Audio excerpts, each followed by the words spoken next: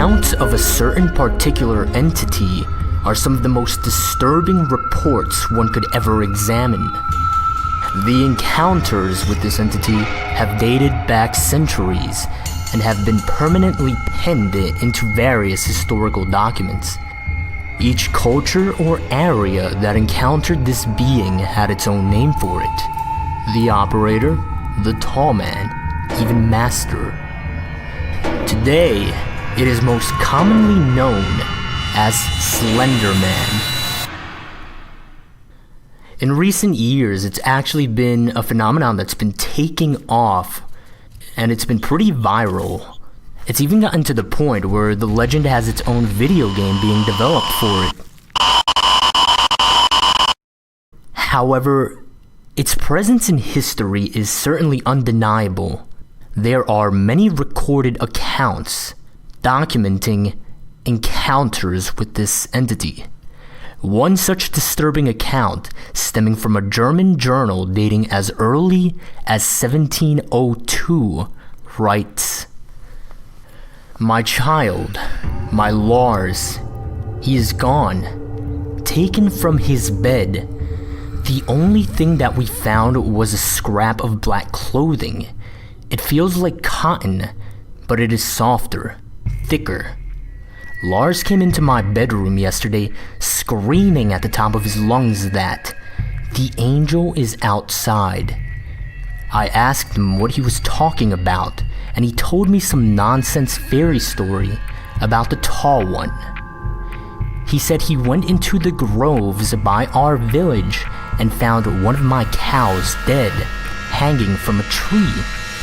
I thought nothing of it at first, but now he is gone.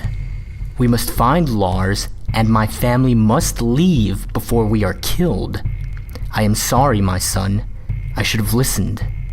May God forgive me." Despite different cultures attributing different names to this being, all descriptions of it share some very common traits. The Slender Man is described as being a tall man.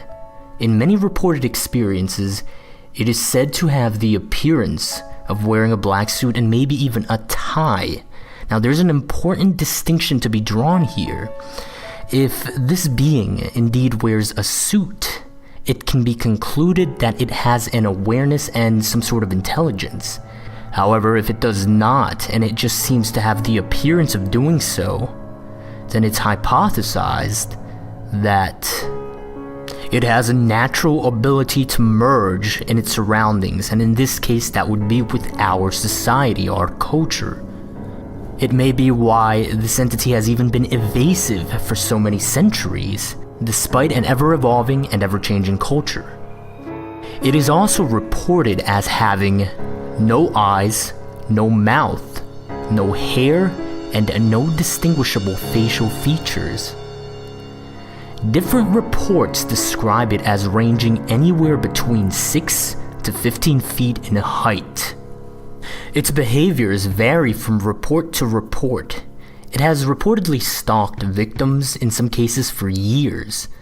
Psychological torture is a common tool this being employs, though any definite particular reason as to why it does what it does is anyone's best guess. The only general certainty that can be drawn from this entity's behavior is that it is malevolent. Now, there was actually an interesting list compiled which described potential traits of the Slender Man. This list was compiled after there were a number of burning buildings with unknown causes that had several deaths and a few surviving witnesses. Now, these traits are listed in a sort of chronological order, and this is what that list says. Slender Man will find interest in a victim for reasons unknown. It would then contact the victim, and if it is a child, it'll present itself as friendly. The adults he stalks have a common trait. They have all been through a terrible tragedy in their life, even if the tragedy was made by Slender Man directly. If the victim is an adult, it would stalk the victim for long amounts of time, causing what is known as slender sickness. Now, slender sickness causes massive paranoia, nosebleeds, nightmares, hallucinations appearing only to the sick person, and many other dangerous symptoms. Eventually, and this is where it gets disturbing, eventually it would abduct the victim into whatever nearby forest there may be, where they would be killed. In messy cases, it may remove evidence of its existence by causing fire of their home, place of work, or school. Now here's one of the more recent findings about Slender Man, and this can get pretty disturbing.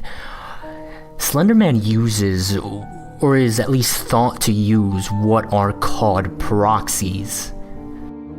Now these proxies, they are people that behave in really strange ways. Oftentimes it is described as if they behave in ways that make them appear as if they are possessed. It is a kind of psychosis. However, it is unknown whether this psychosis is simply them speaking for themselves, or if it is actually Slender Man pulling the strings. In its most generalized form, you can consider these proxies insane individuals that are apparently under its control or influence. Now this is because these proxies tend to act based on what this entity might want or need, sort of like servants. Now the idea is that these people do all the physical interaction for it. Quite significantly here is the idea that they might even destroy or even leave evidence for it.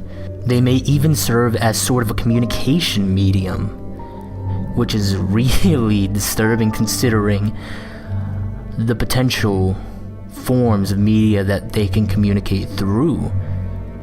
Because this includes creating any sort of electronic media to communicate with whomever they might feel the need to. So it might be possible that there are videos or files out there with communication from it.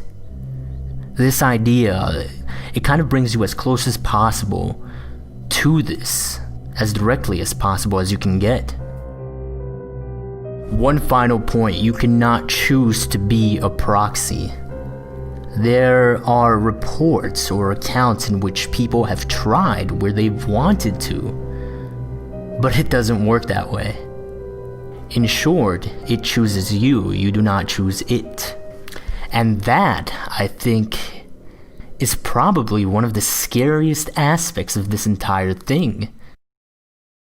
Apparently there are organizations tracking it, however not much is known about this as one would suspect. In fact, it's even to the point where one of the organizations is literally just called the organization. It's been given aliases such as Optic Nerve, the Unknown Organization, the Bureau, and even the Anti-S-Walker Unit. But all in all, it's just an unnamed organization. One report states that there was an interview with a detective. This detective did not state where he worked from, he only stated that they were based in Washington in the United States. Based on these reports, it is known that the organization pretty much knows about as much as we do when it comes to the Slender Man. However, some extra information includes that they refer to Slender Man as a serial killer whenever they are talking to civilians. They have been researching this entity for many years.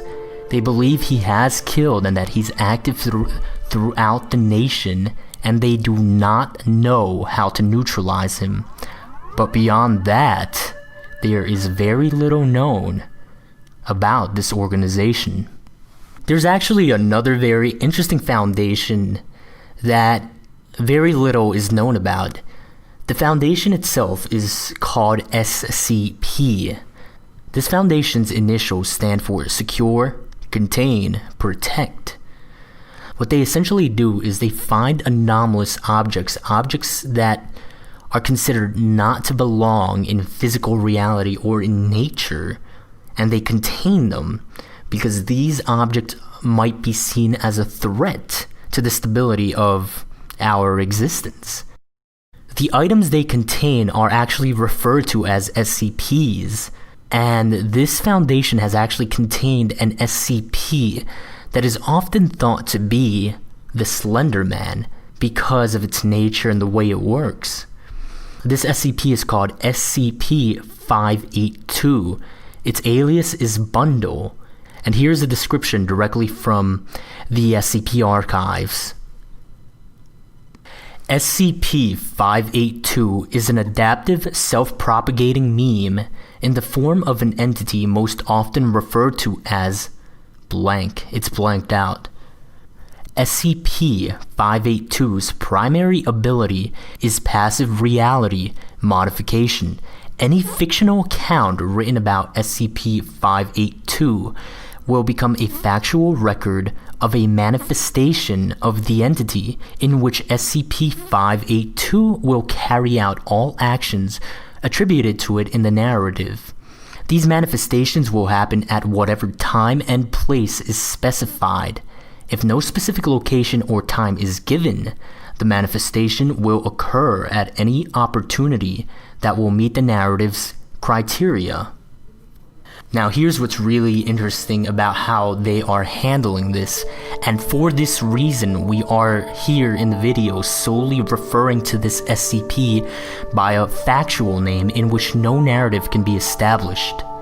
This is how they're handling it. It says, all major internet search engines are to be monitored for any references to SCP-582 under any of its known names. Copies of all media relating to SCP-582 are to be stored in Secure Archive 582. The original sources of these materials and all records regarding the individuals responsible for the creation of such are to be expunged as outlined in Document 582-RP. Now here are the specifics of how this relates to Slender Man. This SCP has been noted to share some abilities as Slender Man. For example, it appears or disappears at any place or at any time. But according to the SCP Foundation, Slender Man does not exist. And that's probably one of the more fascinating reasons. In the past decade, there have been increased reportings of encounters with the Slender Man. There is one interesting connection to note with another reported entity known as the Rake. Now, the Rake gives off what is known as sigma radiation. This is a type of energy signature that was unknown when it was first discovered, and it's still under investigation. This energy signature is not exactly radiation, but there was no other way to name it. It was something that was unknown. It was something new. And so sigma radiation was given as a way to label it and to identify it. This was found in the bloodstream of victims of the Rake. What's interesting here and its connection to Slender Man is that Slender Man, in one or two cases, maybe a few, left behind what was a sort of fabric, a piece of cloth, and this cloth gave off that very same energy signature. Now, more information will be compiled for a future summary video of what the Rake is. But because of all of this, it is thought that there is some relation between the Slender Man and the Rake. There have even been mentions of a modern cult who worships the Slender Man, who see him as some sort of holy being and that his actions are a blessing. The Slender Man is certainly one of the most notorious entities in existence. Quite possibly the most disturbing aspect of investigating the Slender Man is the inexact nature of its origin. Its malevolent, mysterious nature is one that garners a lot of deserved attention. This is what we know so far. There is still much to learn. New information is acquired and new hypotheses posed as further investigation is done. However, the costs of the little we find out are great, for there have been a startling number of victims and disappearances in recent times. Yet all information is valuable, for if we do not know or understand how this entity operates, its motives, its purpose, how could we ever hope to escape it should we be misfortunate enough to encounter the Slender Man for ourselves?